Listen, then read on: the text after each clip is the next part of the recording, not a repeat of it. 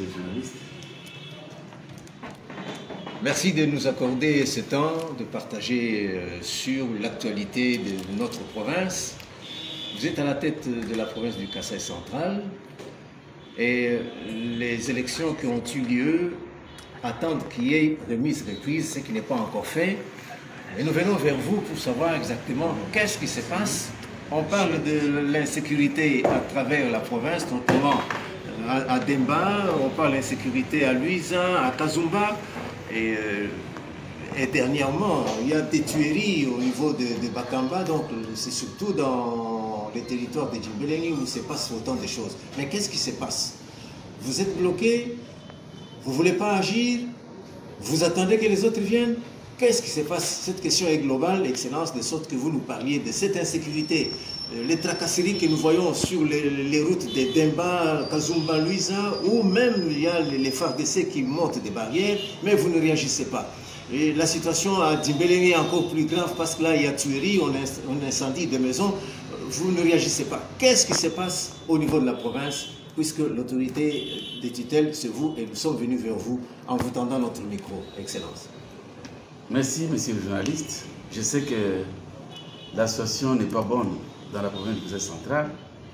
Il y a les barrières, comme vous avez dit, à Kazumba, à Dibaya, à Djimbelengi même, et puis à Luiza, où les militaires sont en train de se promener en bourreau, ils érigent des barrières, ils tracassent la population. Et nous sommes limités. Et surtout pour le problème de Bakamba, on est limité parce que, vous savez, d'une façon, je ne sais pas comment, l'Assemblée provinciale a bloqué les comptes de la province et on ne peut agir que sur leur bénédiction, peu importe la modicité des recettes que nous avons. Et on n'a pas de main libre. Si ça dépendait de moi, je me serais même déplacé pour arriver là-bas pour mettre la paix. Parce qu'après tout, on est gouverneur nommé par ordonnance présidentielle. Et nous devons agir ainsi. Nous devons sauver la province. Nous sommes les représentants directs du chef de l'État. Mais on n'est pas libre. Pour trouver les moyens de la province, il faut passer par l'Assemblée, il faut négocier.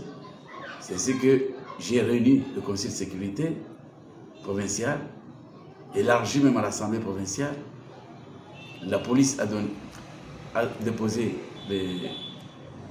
l'état de besoin pour les déplacements, mais ce qui est sorti n'était pas suffisant. Nous continuons à négocier avec l'Assemblée pour qu'on puisse débloquer ce qu'il faut pour qu'ils puissent partir même aujourd'hui.